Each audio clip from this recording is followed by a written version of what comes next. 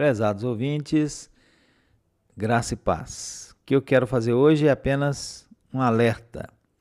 Cumprindo a função de atalaia, conforme Ezequiel 33, eu devo alertar aos irmãos, e a mim também, que conforme lemos nas Escrituras, o mundo jaz no maligno. 1 João 5, versículo 19.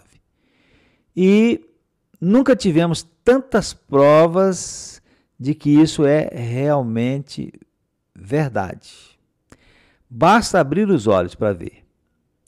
Estamos, meus amados, vivendo os últimos dias. Jesus disse que nos últimos dias o amor de muitos se esfriaria, Mateus 24, 12. E é o que nós vemos hoje. Apóstolo Paulo, escrevendo a Timóteo, capítulo 4, verso 1, fala sobre os últimos dias que alguns apostatarão da fé, e é o que nós temos visto. Jesus disse que assim como foi nos dias de Noé, também será nos dias do Filho do Homem, nos últimos dias, e é isso que nós temos visto. A sociedade vive mergulhada em iniquidade, avança em rebeldia contra Deus e repete os mesmos erros que levaram Sodoma e Gomorra à destruição. Sendo assim, o que nós precisamos fazer e fazer urgentemente? Dentre muitas coisas, nós precisamos, primeiro, reafirmar a nossa fé e compromisso, permanecer firmes, sem vacilar, conforme lemos em Hebreus 10, 23, retenhamos firmes a confissão da nossa esperança, porque fiel é o que prometeu. Segundo, nós precisamos viver em santidade de vida. O apóstolo Pedro registrou da parte de Deus: sede santos, porque eu sou santo. 1 Pedro 1, versículo 16. Então o crente não pode andar como o mundo. Deve brilhar como luz em meio às trevas, como ensinou Jesus em Mateus 5, 14 a 16. Terceiro, precisamos não abandonar a nossa congregação. Parar com esse hábito de abandonar o costume de nos reunirmos como igreja, a nossa congregação.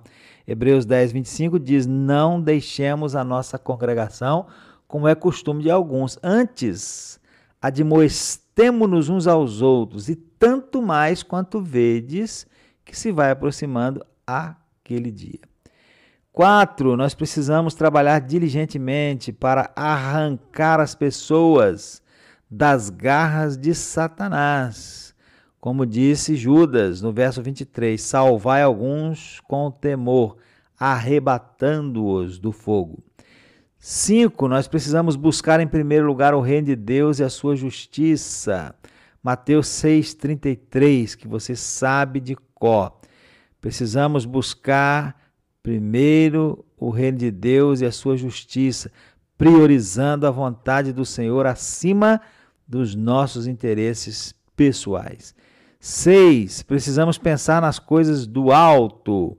Colossenses 3:2 diz: pensai nas coisas que são de cima e não nas que são da terra. 7, precisamos perseverar em oração. Orai sem cessar, disse o apóstolo Paulo, 1 Tessalonicenses 5:17. Sem a oração, a igreja perde a sua força.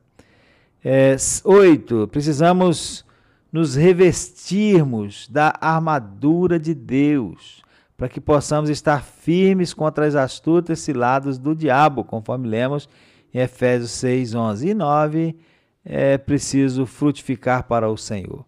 Nisto é glorificado meu Pai, disse Jesus, que deis muito fruto. João capítulo 15, verso 18.